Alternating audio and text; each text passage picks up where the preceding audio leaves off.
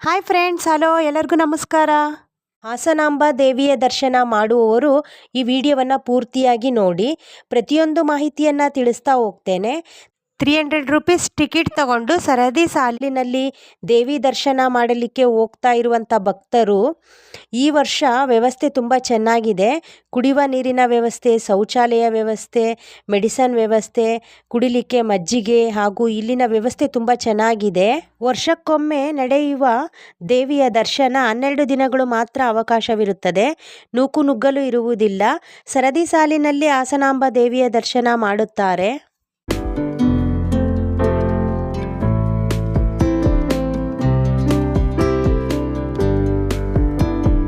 ಒಳಗಡೆ ಇರುವ ಹಾಸನಾಂಬ ಅಮ್ಮನವರು ಮನದ ಒಳಗಡೆ ಹೂವಿನ ಅಲಂಕಾರ ಕಣ್ಮನ ಸೆಳೆಯುವಂತಿತ್ತು.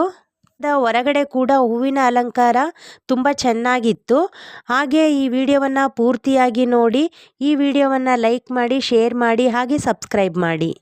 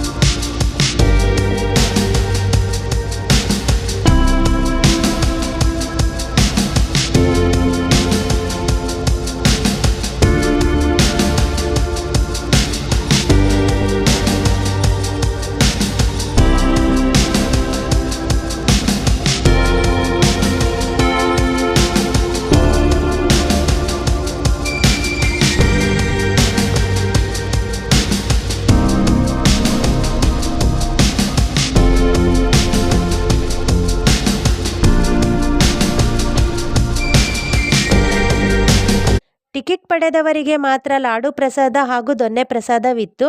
ನೆಕ್ಸ್ಟ್ ವಿಡಿಯೋದಲ್ಲಿ ಸಿಗೋಣ. Take care. ಬಾಯ್ ಬಾಯ್.